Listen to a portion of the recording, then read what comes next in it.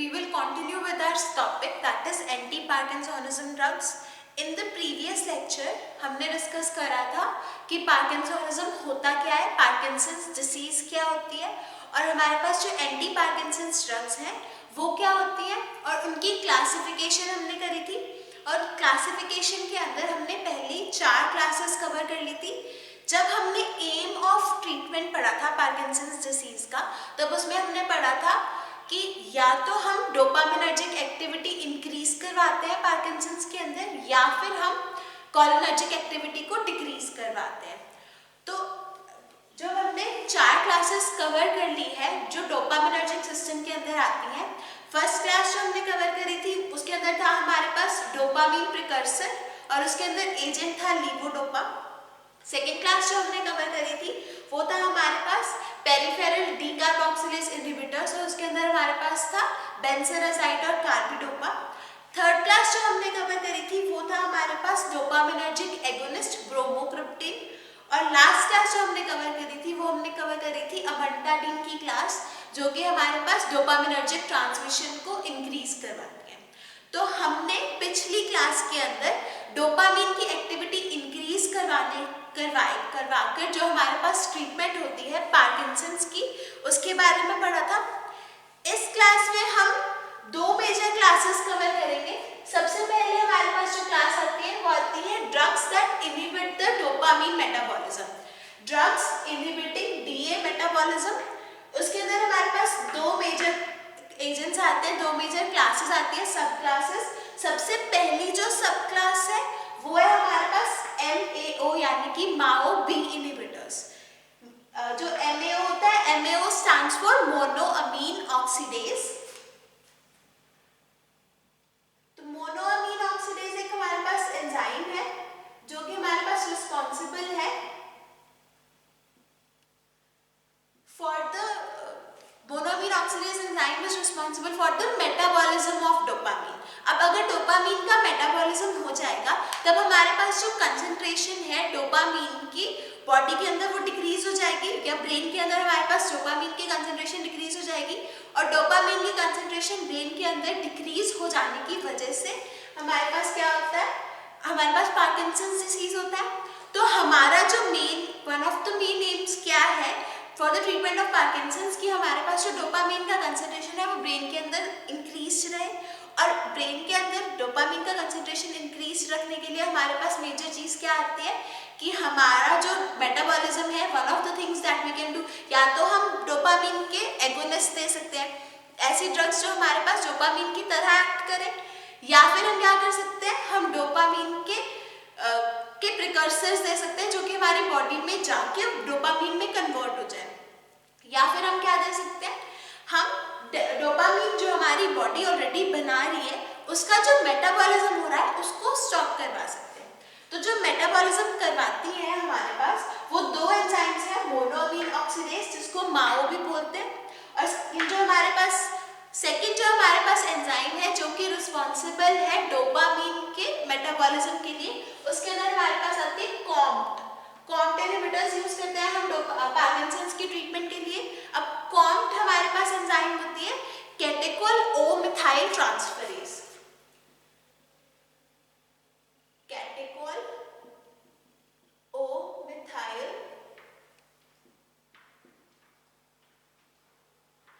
Transferase. तो ये जो हमारे पास दोनों एंजाइम्स है कैटेकोल ओ मिथाइल ट्रांसफरेज और मोनोअमीन ऑक्सीडेज, इन दोनों एंजाइम्स को जब हम इनहिबिट कर देंगे तब हमारे पास पार्किंसंस की जो ट्रीटमेंट है वो पॉसिबल हो पाएगी, क्योंकि हमें क्या चाहिए कि हमारे पास डोपामिन का कंसंट्रेशन ब्रेन के अंदर इंक्रीज रहे ताकि पार्किंसन लाइक सिम्टम्स ना आए। तो नेक्स्ट है हमारे पास drugs decreasing the cholinergic activity. हम क्या कर सकते थे, या तो हम डोपामिन की जो एक्टिविटी है उसको इंक्रीज करवा सकते थे, या फिर हम क्या कर सकते थे, कोलिनर्जिक की एक्टिविटी डिक्रीज करवा सकते थे, जिसकी वजह से हमारे पास ट्रेमर्स और सेलिवेशन जैसे सिम्टम्स आ रहे थे। जो इंक्रीज हमारे पास प्रोडक्शन ऑफ सलाइवा होता है उसको हम स्टॉप कर सकते हैं by decreasing the brain cholinergic activity. And now how we can decrease the brain cholinergic activity, उसके अंदर हमारे पास 2 एजेंट्स आते हैं। सबसे पहले आता है हमारे पास सेंट्रल एंटीकोलिनर्जिक्स, और सेंट्रल एंटीकोलिनर्जिक्स अंदर हमारे पास जो एजेंट्स आते हैं वो आता है बेंजहेक्सोल और प्रोसाइक्लिडिन, और एंटीहिस्टामिन्स के अंदर हमारे पास आता है प्रोमिथाजीन और फेनाडिड्रीन और क्लोरफेनॉक्सामीन। सो जो माओ इनहिबिटर्स है उसके अंदर हमारे पास आती है सेलेजिनिन, जो कॉम्ट इनहिबिटर्स है उसके अंदर आती है हमारे पास टॉलकैप्टॉन और एनकैप्टॉन। एंटीकोलिनर्जिक्स के अंदर हमारे पास आता है बेंजहेक्सोल और प्रोसाइक्लिडिन, और एंटीहिस्टामिन्स के अंदर हमारे पास आता है प्रोमिथाजीन और फेनाड्रीन और क्लोरफेनॉक्सामीन। तो सबसे पहले we should start with COMT inhibitors. सबसे पहले we start with monoamine oxidase inhibitors. Now monoamine oxidase is an enzyme. Monoamine oxidase हमारे पास एक एंजाइम होती है जो कि रिस्पॉन्सिबल होती है डोपामीन के मेटाबॉलिज्म के लिए। तो जब अब हमारा जो मेजर एक्शन है वो क्या रहेगा कि हमने डोपामीन का लेवल इंक्रीज करवाना है ब्रेन के अंदर, तो हम जो एंजाइम रिस्पॉन्सिबल है उसके मेटाबॉलिज्म के लिए उसको इनहिबिट कर देंगे।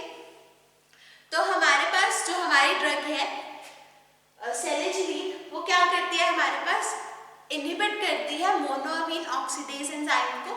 स्पेसिफिकली हमारे पास मोनोअमीन ऑक्सीडेज एंजाइम जो बी है, monoamine oxidase enzyme type B is responsible for the metabolism dopamine, और हमारे पास सेलेजिनिन सिलेक्टिवली जो माओ बी है या हमारे पास मोनोअमीन ऑक्सीडेज बी एंजाइम है उसको इनहिबिट करती है। अब जो हमारे पास मोनोअमीन ऑक्सीडेज बी एंजाइम है, ये हमारे पास इसकी जो डोज है suggested dose that is 10 mg per day।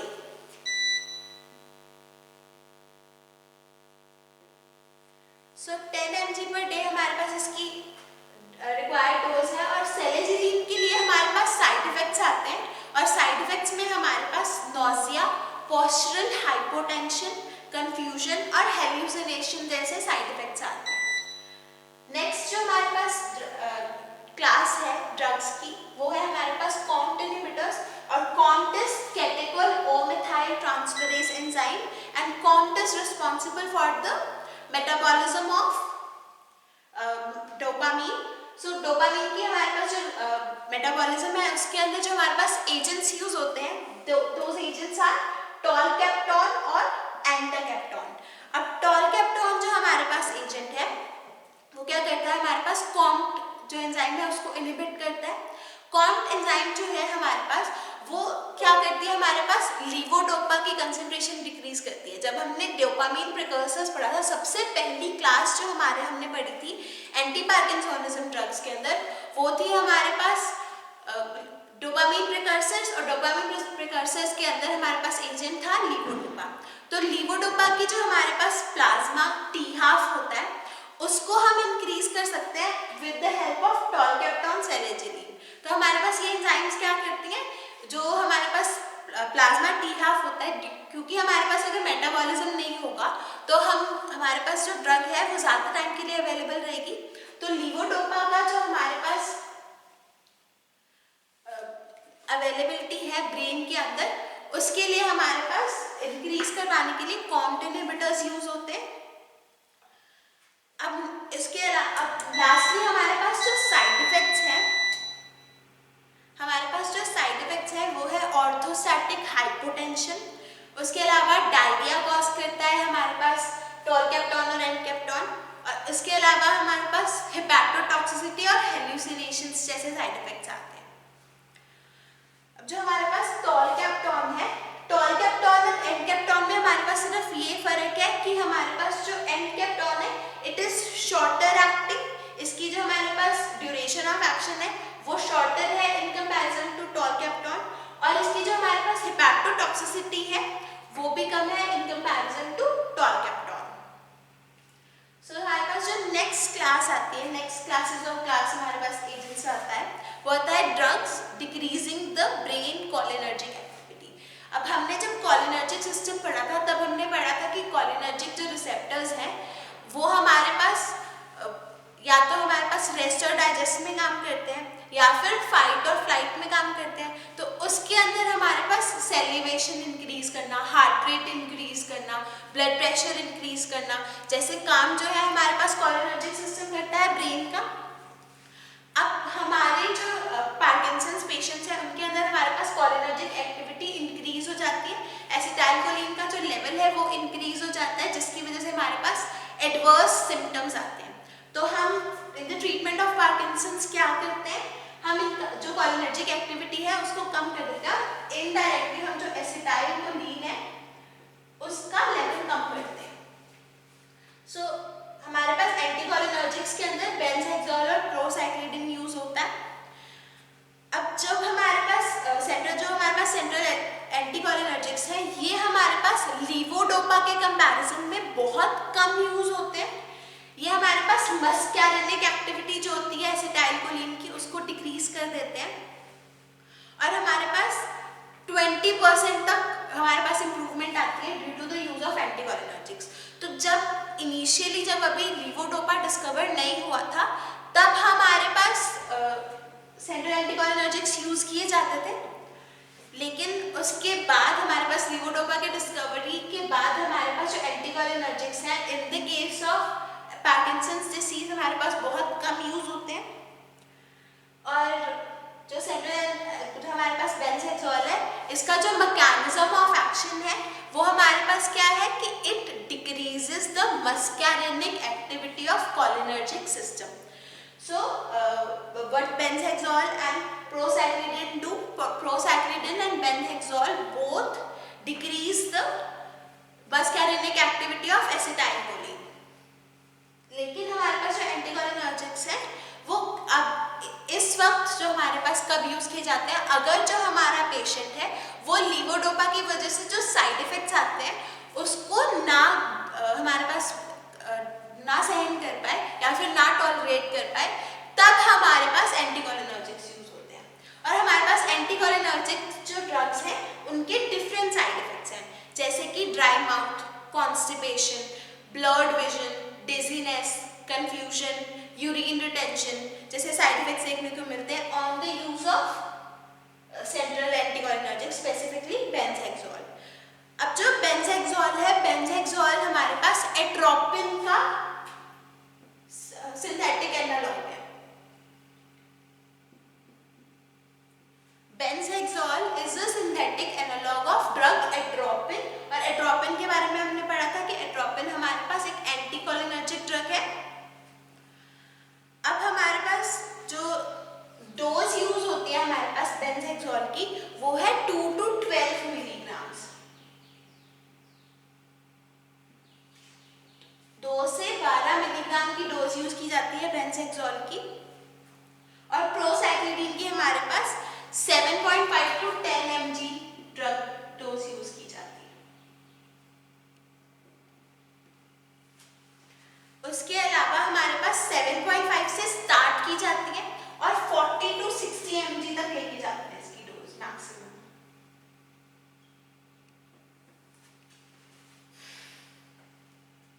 Next जो हमारे पास क्लास है वो है हमारे पास एंटीहिस्टामिन्स। एंटीहिस्टामिन्स हमारे पास कब यूज होते हैं, antihistamines are used only when the patient is not responsive to anticholinergics. Anticholinergics हम कब देते हैं, जब हमारे पास जो पेशेंट है वो लीवोडोपा को रिस्पॉन्स ना करे तब हम एंटीकोलिनर्जिक्स देते हैं, और एंटीकोलिनर्जिक्स जब हमारे पास किसी पेशेंट में इफेक्ट ना शो करे तब हम एंटीहिस्टामिन्स देते हैं। और एंटीहिस्टामिन्स हमारे पास लास्ट रिजॉर्ट है किसी भी पेशेंट के लिए। एंटीहिस्टामिन्स में हमारे पास प्रोमेथाजीन और फेनाड्रीन और क्लोरफेनॉक्सामीन जैसी ड्रग्स आती हैं। ये जो हमारे पास सारी ड्रग्स हैं ये हमारे पास एज एन एंटीहिस्टामिनर्जिक एजेंट्स की तरह काम करती हैं। जितने भी हमारे पास जो पार्किंसंस की वजह से मेंटल कंफ्यूजन और सेलिवेशन और ट्रेमर्स जैसे साइड इफेक्ट्स आ रहे थे वो हमारे पास एंटीहिस्टामिन्स सिम्प्टोमेटिकली ट्रीट करती है। अब हमारे पास जो प्रोमेथाजीन है, प्रोमेथाजीन हमारे पास 25 to 75 mg की डोज में यूज की जाती है, 25 to 75 mg। और फेनाड्रीन हमारे पास 100 to 300 मिलीग्राम यूज की जाती है, और जो क्लोरफेनॉक्सामीन है वो हमारे पास 50 to 100 मिलीग्राम यूज की जाती है।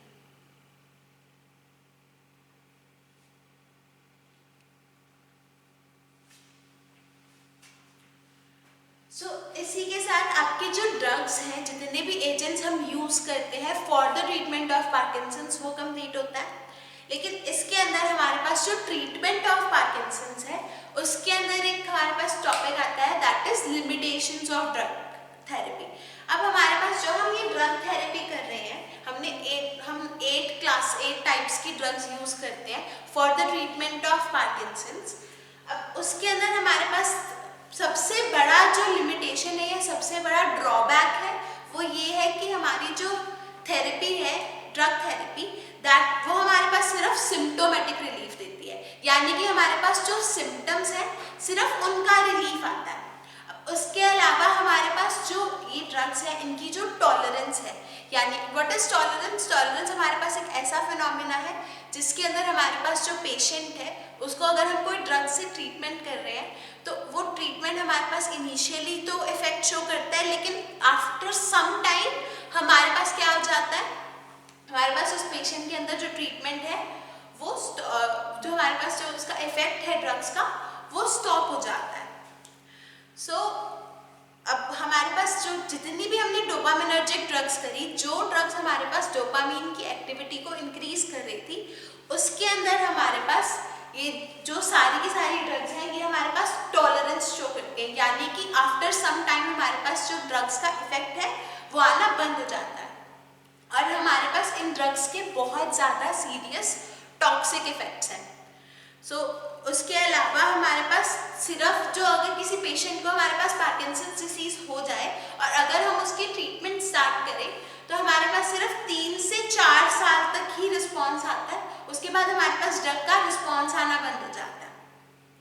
और उसके अलावा हमारे पास जो ये रिस्पॉन्स आना बंद हो जाता है, वो इसलिए बंद हो जाता है क्योंकि जितने भी डोपामीन रिसेप्टर्स होते हैं, उनकी डीजनरेशन हो जाती है। So what are the limitations of drug therapy? First of all, we get only symptomatic relief.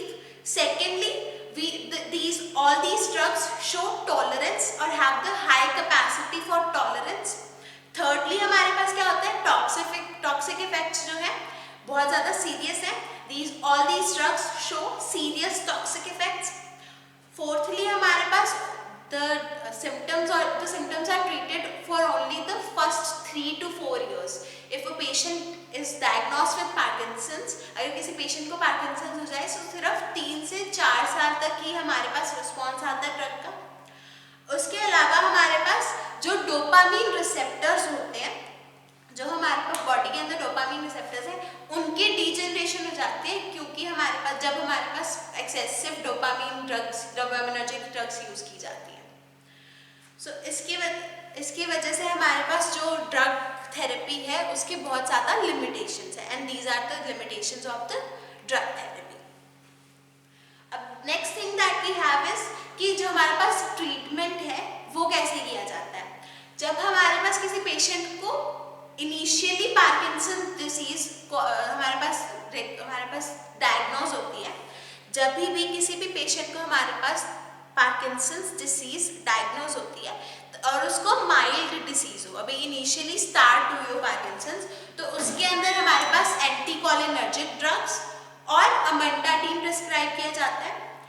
हम लीवोडोपा डायरेक्टली किसी भी पेशेंट को नहीं देते, क्योंकि लीवोडोपा की वजह से एक तो सीरियस टॉक्सिक इफेक्ट्स आते हैं, सेकेंडली हमारे पास क्या होता है कि हमारे पास टॉलरेंस आ जाता है, डोपामीन रिसेप्टर्स हमारे डीजनरेट होने स्टार्ट हो जाते हैं। तो जो हमारे पास माइल्ड डिसीज के पेशेंट्स हैं, उनके अंदर हमारे पास एंटीकोलिनर्जिक्स और अमेंटाडीन प्रिस्क्राइब की जाती है। सेकेंडली हमारे पास जो मॉडरेटली एडवांस केसेस होंगे, उनके अंदर हमारे पास लीवोडोपा प्रिस्क्राइब किया जाएगा।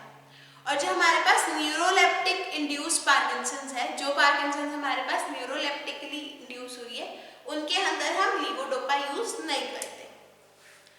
सो विद दिस आपका जो पार्किंसंस चैप्टर है, वो एंटी पार्किंसंस ड्रग्स वो कंप्लीट होती हैं। एंटी पार्किंसंस ड्रग्स के अंदर हमने क्या क्या पढ़ा? हमने पढ़ा कि पार्किंसंस होता क्या है, पार्किंसंस के अंदर हमारे पास क्या क्या सिम्टम्स आते हैं, क्या हमारे पास कौन सी एज के अंदर पार्किंसंस प्रिवेलेंट है। उसके बाद हमने पढ़ा कि कॉजेस क्या है हमारे पास पार्किंसंस के। फिर हमने पढ़ा कि इसकी जो एम है ट्रीटमेंट की, वो हमारे पास क्या होनी चाहिए, फार्मासिस्ट या एक डॉक्टर की। उसके बाद हमने पढ़ा कि कौन सी क्लासेस ऑफ ड्रग्स हमारे पास अवेलेबल है for the treatment of Parkinson's. अब उन ड्रग्स के अंदर हमने पढ़ा कि हमारे पास क्या मैकेनिज्म ऑफ एक्शन है ट्रीटमेंट का ऑफ द पार्किंसंस, और उसके अलावा हमने पढ़ा कि जो इंडिविजुअल ड्रग्स हैं उसके साइड इफेक्ट्स क्या हैं और उनके हमारे पास यूजेस क्या है apart from the treatment of Parkinson's. So with this we finish the Parkinson's chapter. Next हम करेंगे जो सेंट्रली एक्टिंग न्यूरो जो हमारे पास मस्कुलर ब्लॉकिंग एजेंट्स हैं उसके बारे में पढ़ेंगे।